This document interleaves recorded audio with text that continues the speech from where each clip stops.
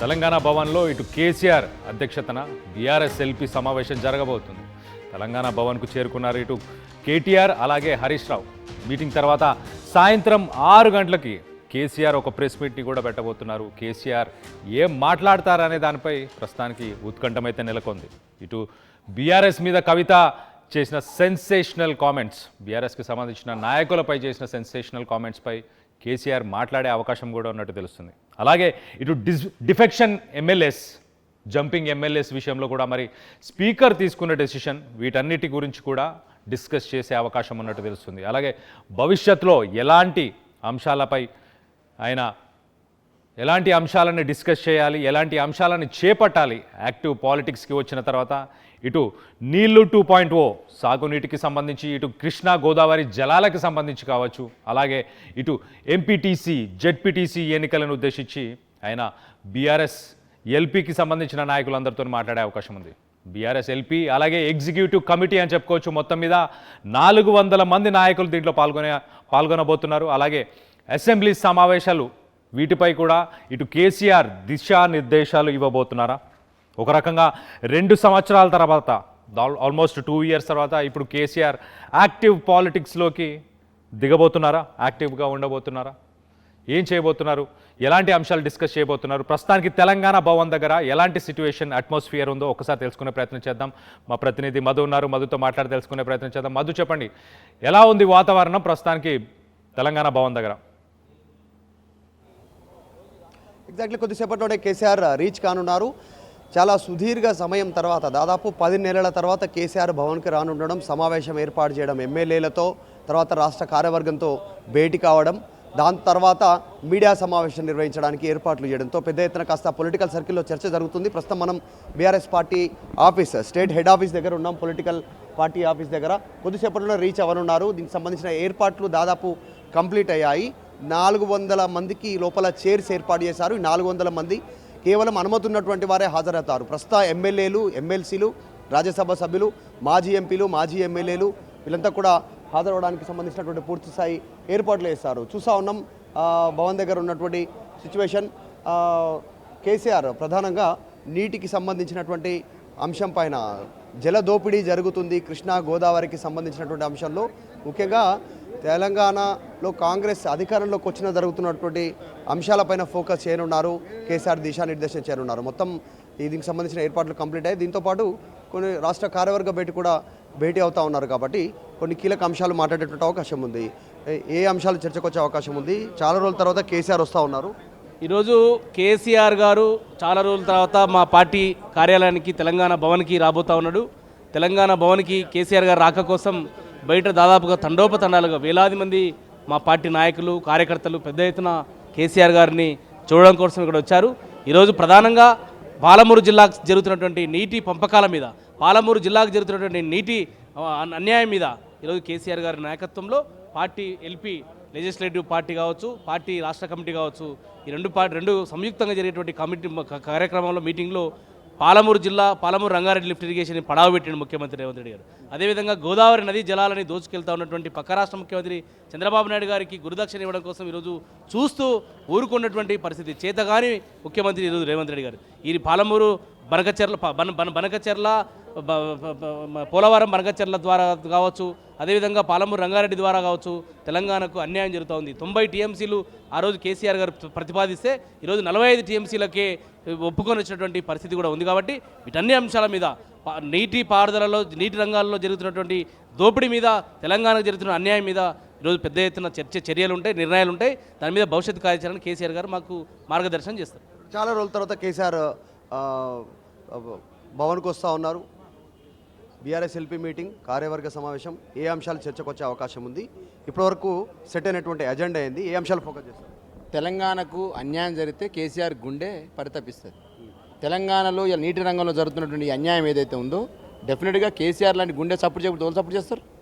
ఇవాళ అప్పనంగా కృష్ణా జలాలు, గోదావరి జలాలు, ఇవాళ బనకచెర్ల అనే దాని మీద మేము కొట్లాడితే దాని పేరు మార్చి నల్లమల్ల సాగర్ పేరుతోటి 200 టీఎంసీలు తెలంగాణ నీళ్లను ఆంధ్రప్రదేశ్ ప్రభుత్వము చంద్రబాబు నాయుడు నాయకత్వంలో దోసుకపోతుంటే, నిమ్మకు నీరెత్తనట్టు ఈ ప్రభుత్వం ఎవరిస్తూ ఉంటే, రేవంత్ రెడ్డి చూసి చూడనట్టు ఎవరిస్తూ ఉంటే, మాట్లాడాల్సిన గుండె ఇవాళ అయ్యో ఏంది ప్రభుత్వం మాట్లాడతలేదు, రేవంత్ రెడ్డి ఎందుకు మాట్లాడతాడని చెప్పేసి ఇలా డెఫినెట్గా ఈ సమావేశం ఉద్దేశం కూడా అదే. ఇలా నీళ్ళ కోసమే కదా తెలంగాణ ఉద్యమం జరిగింది. ఈ నీళ్లను మళ్ళీ దోసుకపోతా ఉంటే ఏం చేస్తాడు రేవంత్ రెడ్డి? ఫుట్బాల్ ఆడుకుంటూ కూర్చోవడం కాదు రేవంత్ రెడ్డి గారు. తెలంగాణ రైతాంగానికి కావాల్సిన నీళ్ళు ఏందో చూడని చెప్పేసి మేము అడుగుతా ఉన్నాం. ప్రజా పోరాటం అంటున్నారు, ఎట్లాంటి పోరాటం ఉంటుందంటే 100% ప్రజా పోరాటమే. ప్రజలు చైతన్యం చేస్తాము. ఇవాళ నల్గొండ జిల్లాలో అదేవిధంగా మహబూబ్నగర్ ఉమ్మడి మహబూబ్నగర్ జిల్లాలో జరుగుతున్నటువంటి నీటిపారుదల రంగంలో జరుగుతున్న నష్టం పైన డెఫినెట్గా ప్రజలను అవేర్ చేస్తాం, పెద్ద మీటింగ్లు పెడతాం.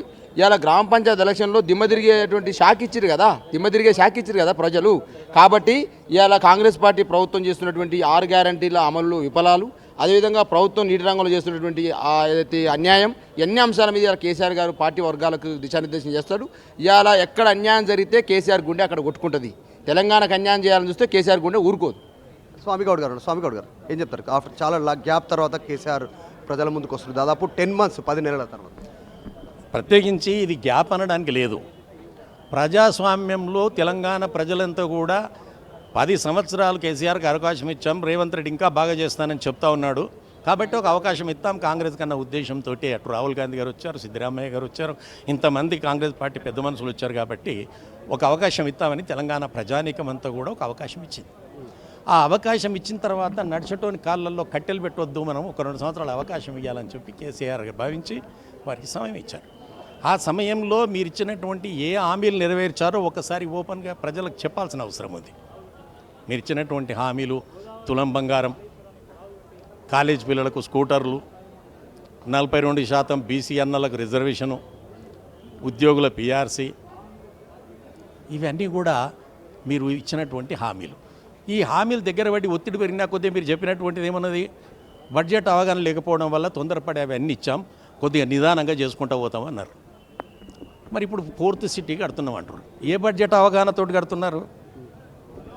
హైదరాబాదులో ఫుట్బాల్ మెస్సీ పక్కన నిలబడి మీరు ఫుట్బాల్ ఆడారు, చాలా సంతోషం. దానికి సింగరేణికి సంబంధించినటువంటి ఒక 100 కోట్లు ఖర్చు పెట్టారు.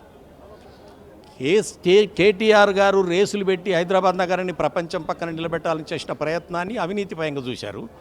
మీరు 100 కోట్లు సింగరేణి డబ్బు పెట్టి ఫుట్బాల్ ఆడితే దాన్ని ఏ విధంగా చూడాలి?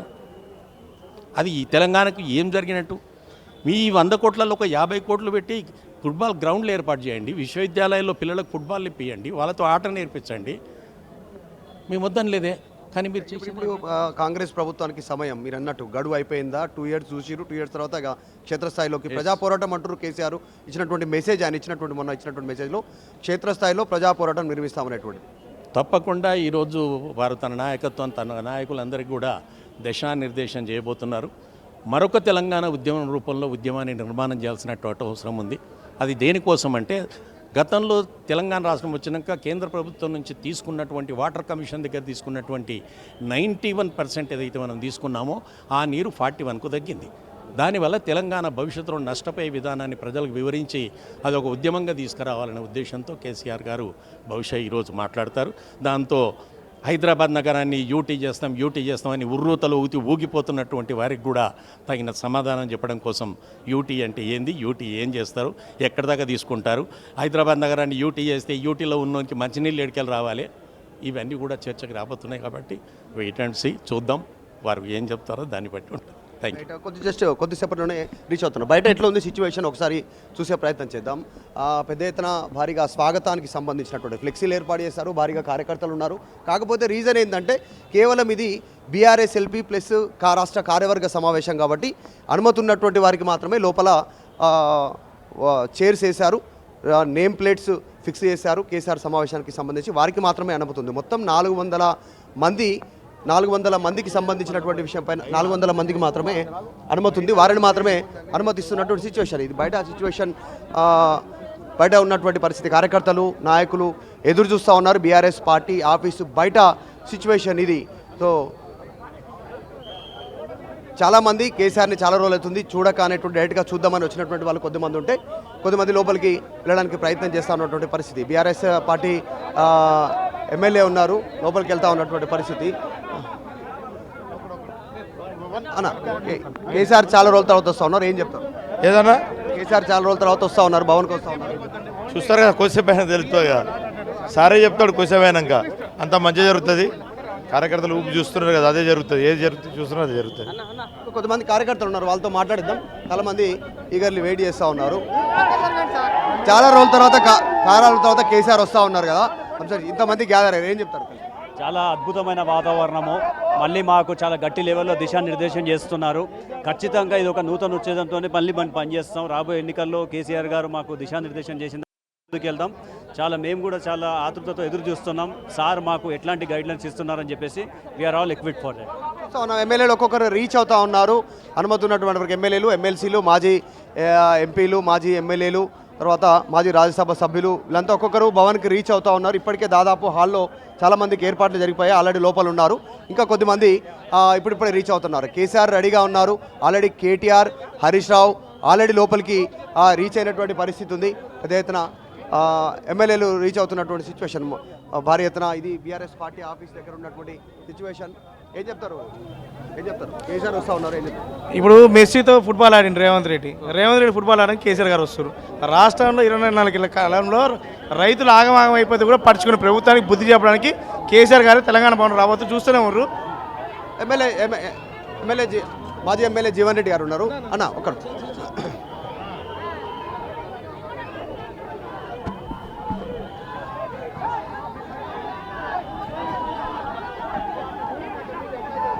ఇది భవన్ దగ్గర ఉన్నటువంటి కాస్త హడావుడి, కార్యకర్తలు వచ్చారు భారీ ఎత్తున. లోపలికి వెళ్తా ఉన్నటువంటి సిచ్యువేషన్ అయితే కనిపిస్తూ ఉంది.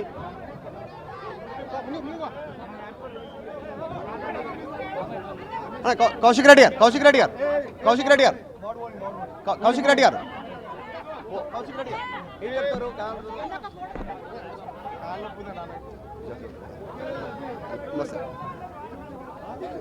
అన్న ఏం చెప్తారన్న? కేసీఆర్ చాలా రోజుల తర్వాత వస్తా ఉన్నారు.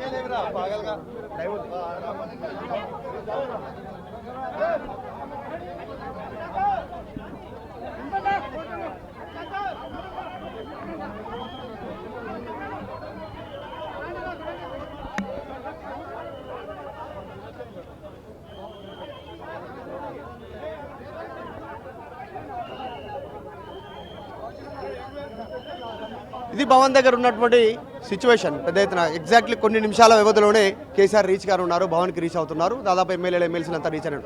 ముఖ్యంగా పాలమూరు రంగారెడ్డికి సంబంధించినటువంటి విషయంలో గతంలో 90 టీఎంసీలకు ఓకే చేస్తే బీఆర్ఎస్ ప్రభుత్వం అధికారంలో ఉన్నప్పుడు ఇప్పుడు కాంగ్రెస్ 45 టీఎంసీలకే ఓకే చెప్తా ఉన్నారు. దీనివల్ల రాష్ట్ర రైతాంగానికి, రాష్ట్ర ప్రజలకు నష్టం చేకూరుతుందనేటువంటి స్టేట్మెంట్ చేస్తూ ఉన్నారు. దానిపైన కార్యాచరణ రూపొందిస్తూ ఉన్నారు. డేట్స్, బహిరంగ సభలు, గ్రౌండ్లోకి వెళ్ళాలనేటువంటి ఆలోచన వేస్తున్నారు. వీటితో పాటు 2 సంవత్సరాలు కాంగ్రెస్ అధికారంలోకి వచ్చిన తర్వాత ప్రభుత్వ సంబంధించినటువంటి పాలన పైన, తర్వాత గతంలో ఇచ్చినటువంటి హామీలపైన, వీటన్నిటిపైన కూడా కేసీఆర్ దిశానిర్దేశం చేసేటువంటి అవకాశం ఉంది.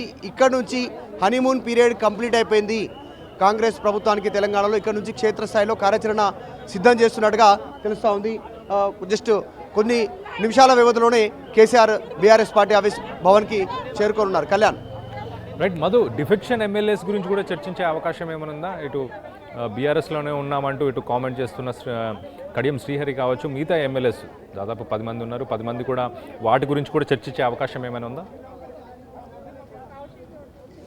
ఎగ్జాక్ట్లీ ఆల్రెడీ రీసెంట్గా జరిగినటువంటి సర్పంచ్ ఎన్నికల ఫలితాలకు సంబంధించిన వాటితో పాటు డిఫెక్షన్ ఎమ్మెల్యేలకు సంబంధించి, ఎందుకంటే 5 మంది ఎమ్మెల్యేలు బీఆర్ఎస్లోనే ఉన్నారంటూ స్పీకర్ తీర్పిచ్చారు. కాబట్టి ఈ అంశానికి సంబంధించి కూడా ఆయన మాట్లాడేటువంటి అవకాశం ఉంది. దాంతోపాటు ఈ మధ్యకాలంలో జరుగుతున్నటువంటి అంశాలు, జాగృతి ప్రెసిడెంట్ కవిత పార్టీ నుంచి సస్పెండ్ అయిన తర్వాత జరుగుతున్నటువంటి కార్యక్రమాలపైన కూడా నాయకులకు దిశానిర్దేశం చేసే అవకాశం ఉంది. అంటే పార్టీ లైన్, కవిత గురించి మాట్లాడాలా వద్దా, మాట్లాడితే ఏ మేరకు మాట్లాడాలి, ఎంత మాట్లాడాలి అనేటువంటిది వివరించే అవకాశం ఉంది. ఇది పార్టీకి సంబంధించినటువంటి కీలక సమావేశం. రాష్ట్ర కార్యవర్గ సమావేశంతో పాటు బీఆర్ఎస్ ఎల్పీ మీటింగ్ కూడా సుదీర్ఘంగా కొనసాగే అవకాశం ఉంది. కేసీఆర్ వారితో మాట్లాడే అవకాశం ఉంది. వారి అభిప్రాయాలు తీసుకోవడంతో పాటు ఏ అంశాల ఎజెండాగా మాట్లాడాలి భవన్లో అనేటువంటి ఇప్పటికే కేటీఆర్, హరీష్ రావుతో భేటీ అయ్యారు, వివరాలు తీసుకునేటువంటి ప్రయత్నం చేశారు. వచ్చేటువంటి మున్సిపల్ ఎన్నికలతో పాటు మొన్న జరిగిన సర్పంచ్ ఎన్నికల ఫలితాలపైన, 2 సంవత్సరాల కాంగ్రెస్ పాలనపైన, ఇచ్చిన హామీలపైన, దాంతోపాటు కృష్ణా గోదావరికి సంబంధించినటువంటి నీళ్ల పంపకాలకు సంబంధించిన అంశంపైన పక్క రాష్ట్రంతో జరిగిన ఇంటర్నల్ ఒప్పందం కాంగ్రెస్ ప్రభుత్వానికి రాష్ట్రానికి జరుగుతున్నటువంటి అన్యాయం పైన మాట్లాడనున్నారు అనేటువంటి పార్టీ వర్గాలు ఇప్పటికే తెలియజెప్పే ప్రయత్నం చేశారు. సో దాదాపు అందరూ రీచ్ అయినటువంటి సిచ్యువేషన్. కొద్దిసేపట్లోనే కేసీఆర్ రీచ్ కానున్నారు. ఖచ్చితంగా పార్టీ ఫిరాయింపు ఎమ్మెల్యేల పైన కూడా చర్చించేటువంటి అవకాశం ఉంది. ఎందుకంటే ఐదుగురు పైన స్పీకర్ కార్యాలయం క్లారిటీ ఇచ్చింది. ఇంకొక 5 పైన ఇవ్వాల్సినటువంటి అవసరం ఉంది. దానం నాగేందర్, కడియం శ్రీహరి లాంటి రాజీనామా చేస్తారనేటువంటి చర్చ ఉంది గత కొంతకాలంగా. కాబట్టి వారిపైన కూడా మాట్లాడేటువంటి అవకాశం ఉంది. అయితే మధు, ఇప్పటిదాకా అగ్రనాయకులు ఎవరెవరు చేరుకున్నారు, ఇంకా ఎంత సమయం పట్టొచ్చు ఇటు కేసీఆర్ రావడానికి? Exactly about to reach. కొన్ని నిమిషాల్లోనే రీచ్ అయ్యేటువంటి అవకాశం ఉంది. అన్ని ఏర్పాట్లు కంప్లీట్ అయితే కేసీఆర్ ఇక్కడికి నందినగర్ నివాసం ఇక్కడ నుంచి కేవలం ఒక 400 మీటర్ల దూరంలో ఉంది పార్టీ ఆఫీస్కి. ఆయన రీచ్ అయ్యే పరిస్థితి ఉంది. మాజీ మంత్రి హరీష్ రావు, మాజీ మంత్రి తర్వాత వర్కింగ్ ప్రెసిడెంట్ కేటీఆర్ ఇక్కడ రీచ్ అయ్యారు. మిగతా మాజీ మంత్రులు, మాజీ ఎమ్మెల్యేలు దాదాపు రీచ్ అయ్యారు. ఉన్నటువంటి ఎమ్మెల్యేలు, ఎమ్మెల్సీలు కూడా దాదాపు రీచ్ అయినటువంటి సిచ్యువేషన్ చూస్తూ ఉన్నాం. ప్రశాంత్ రెడ్డి, మాజీ మంత్రి ప్రశాంత్ రెడ్డి వెళ్తూ ఉన్నారు. అందరు దాదాపు రీచ్ అయినటువంటి సిచ్యువేషన్. ఇంకో 1 by 1 రాష్ట్ర కార్యవర్గ భేటీతో పాటు అందరూ రీచ్ అవుతున్నటువంటి సిచ్యువేషన్ అయితే కనిపిస్తూ ఉంది. సో ఇది బీఆర్ఎస్ పార్టీ ఆఫీస్ దగ్గర ఉన్నటువంటి సిచ్యువేషన్. చాలా రోజుల తర్వాత కేసీఆర్ పార్టీ ఆఫీస్కి రావడం, సమావేశం ఏర్పాటు చేయడం పైన పెద్ద ఎత్తున ఇక్కడ కాస్త ఆసక్తిగా కార్యకర్తలు, నాయకులు ఇక్కడికి రీచ్ అయినటువంటి పరిస్థితి. కాకపోతే అనుమతి ఉన్నటువంటి 400 మందికి మాత్రమే ఎమ్మెల్యేలు, ఎమ్మెల్సీలు, మాజీ ఎమ్మెల్యేలు, మాజీ ఎంపీలు, మాజీ ఎమ్మెల్సీలు వీరితో పాటు అనుమతి ఉన్నటువంటి వారికి మాత్రమే లోపల అవకాశం ఉంది. సో 1 by 1 అయితే ఇక్కడికి రీచ్ అవుతున్నటువంటి సిచ్యువేషన్ అయితే కనిపిస్తూ ఉంది. కాస్త హడావుడు ఉంది చాలా రోజుల తర్వాత కేసీఆర్ వస్తుండడంతో. అసలు కేసీఆర్ సమావేశం తర్వాత ఏం మాట్లాడతారు మీడియా సమావేశంలో అనేటువంటిది కూడా పొలిటికల్ సర్కిల్లో కాస్త ఆసక్తి ఉంది. రైట్ మధు, మీరు అలానే ఒకసారి లైన్లో ఉండండి అండ్ లేటెస్ట్ అప్డేట్స్ తీసుకునే ప్రయత్నం చేద్దాం. మొత్తం మీద ఇటు బీఆర్ఎస్ ఎల్పీ అలాగే ఇటు ఎగ్జిక్యూటివ్ కమిటీ మొత్తంగా కలుపుకొని 400 మంది మాత్రమే లిమిటెడ్గా, అలాగే నేమ్ ప్లేట్స్తో పాటు ఆ సీటింగ్ అరేంజ్మెంట్ జరిగింది. ఎలాంటి అంశాలు డిస్కస్ చేయబోతున్నారు? ఇటు నీళ్ళ గురించి, నీళ్లు 2.0 అంటే ఇటు కృష్ణా గోదావరికి సంబంధించిన జలాలు కావచ్చు, అలాగే ఇటు పాలమూరుకి సంబంధించి పాలమూరు రంగారెడ్డికి సంబంధించిన లిఫ్ట్ ఇరిగేషన్ గురించి, అలాగే దాంతోపాటు ఇటు ఎలక్షన్ స్ట్రాటజీ, ఇటు గ్రామ పంచాయతీ ఎన్నికలకు సంబంధించిన రిజల్ట్స్ని దృష్టిలో పెట్టుకొని మరి రానున్న రోజుల్లో ఇటు జెడ్పీటీసీ, ఎంపీటీసీకి సంబంధించి, అలాగే మున్సిపల్ ఎలక్షన్స్ని ఎలా కండక్ట్ చేయాలి, ఎలా ఫైట్ చేయాలి, ఏ అజెండాతో ముందుకెళ్లాలన్న విషయాలు డిస్కస్ చేయబోతున్నారు. అలాగే దాంతోపాటు 10 మంది డిఫెక్షన్కి సంబంధించిన ఎమ్మెల్యేస్, బీఆర్ఎస్ ఎమ్మెల్యేస్ బీఆర్ఎస్ పార్టీలో దాని మీద ఇటు స్పీకర్ తీసుకున్న నిర్ణయం గురించి కూడా చర్చించే అవకాశం ఉన్నట్టు కూడా తెలుస్తుంది. అలాగే దాంతోపాటు ఒక మ్యాసివ్ మెంబర్షిప్ డ్రైవ్ని కూడా ఏమైనా కండక్ట్ చేయబోతున్నారా రానున్న రోజుల్లో? గ్రాస్ రూట్ లెవెల్లో ఇటు కాంగ్రెస్, బీజేపీకి ధీటుగా ఉండేలాగా ఒక మెంబర్షిప్ డ్రైవ్ని కూడా కండక్ట్ చేసే అవకాశం ఉన్నట్టు కూడా తెలుస్తుంది. మొత్తం మీద ఇటు బీఆర్ఎస్, ఇటు తెలంగాణ భవన్ దగ్గర ఒక్కసారి మనం కనుక అట్మాస్ఫియర్ చూస్తే కనుక అక్కడ ప్రస్తుతానికి ఎంపీస్, ఎమ్మెల్యేస్ అలాగే ఎమ్మెల్సీలు అందరూ అటెండ్ అవుతున్నారు. అలాగే మాజీ మినిస్టర్స్ కావచ్చు, మాజీ ఎమ్మెల్యేలు వీళ్ళందరూ కూడా కేసీఆర్ నిన్న సాయంత్రమే తన నివాసానికి చేరుకున్నారు. దాదాపు సుమారు 400 మీటర్లు మాత్రమే అక్కడి నుంచి మరికొన్ని క్షణాల్లో మరి ఇటు తెలంగాణ భవన్కి చేరుకోబోతున్నారు. చాలా రోజుల తర్వాత అని చెప్పుకోవచ్చు. ఆల్మోస్ట్ 10 months తర్వాత ఆయన మళ్ళీ ఒకసారి ప్రెస్ మీట్ని పెట్టబోతున్నారు. సాయంత్రం మరి ఎలాంటి డెసిషన్స్, ఎలాంటి విషయాల మీద ఆయన ప్రెస్ మీట్ పెట్టబోతున్నారు అన్న దానిపై ప్రస్తుతానికి ఉత్కంఠం అయితే నెలకొంది. మొత్తం మీద ఇటు కేసీఆర్ యాక్టివ్ పాలిటిక్స్, ఇటు కాంగ్రెస్ 2 సంవత్సరాల పాలన ఎలా ఉంది, అలాగే ఎలాంటి హామీలు ఇచ్చారు, ఎలాంటి కార్యాచరణ ఉండబోతుంది, నెక్స్ట్ 3 yearsని ఎలా బీఆర్ఎస్ పార్టీని ఎలా ముందుకు తీసుకెళ్లాలన్న ఉద్దేశంతో మొత్తానికైతే ఇటు బీఆర్ఎస్ ఎల్పీ అలాగే ఎగ్జిక్యూటివ్ కమిటీ 2 కలిపి ఆల్మోస్ట్ 400 మందితోని ఒక మీటింగ్, ఒక సెన్సేషనల్ మీటింగ్ అని చెప్పుకోవచ్చు, ఒక డెసిషన్ మేకింగ్ అనుకోవచ్చు. బీఆర్ఎస్ పార్టీకి సంబంధించి నాయకులందరితో మాట్లాడి మరి కార్యాచరణ, దిశానిర్దేశాలు, డైరెక్షన్స్ కూడా ఇవ్వబోతున్నారు. నెక్స్ట్ ఎలా ముందుకెళ్ళాలి, ఇటు గ్రామ పంచాయతీ అయిపోయిన తర్వాత ఇటు జెడ్పీటీసీ, ఎంపీటీసీ అలాగే ఇటు మున్సిపాలిటీకి సంబంధించిన మున్సిపల్ ఎలక్షన్స్ వీటన్నిటిని కూడా దృష్టిలో పెట్టుకొని ఆయన ఎలాంటి డెసిషన్స్, ఎలాంటి డైరెక్షన్స్ ఇవ్వబోతున్నారు అన్న దానిపై ఉత్కంఠం అయితే నెలకొంది. దీనికి సంబంధించి మీరేమనుకుంటున్నారు? బీఆర్ఎస్ రానున్న ఎన్నికల్లో ఎలా పర్ఫామ్ చేయబోతుంది అనుకుంటున్నారు? దీనికి సంబంధించి మీ అభిప్రాయాలు ఏంటనేది కింద కామెంట్ రూపంలో తెలియపరచండి. అసలైన తొలి వెలుగు. ఫాలో వాట్సాప్ @తొలి వెలుగు అఫీషియల్.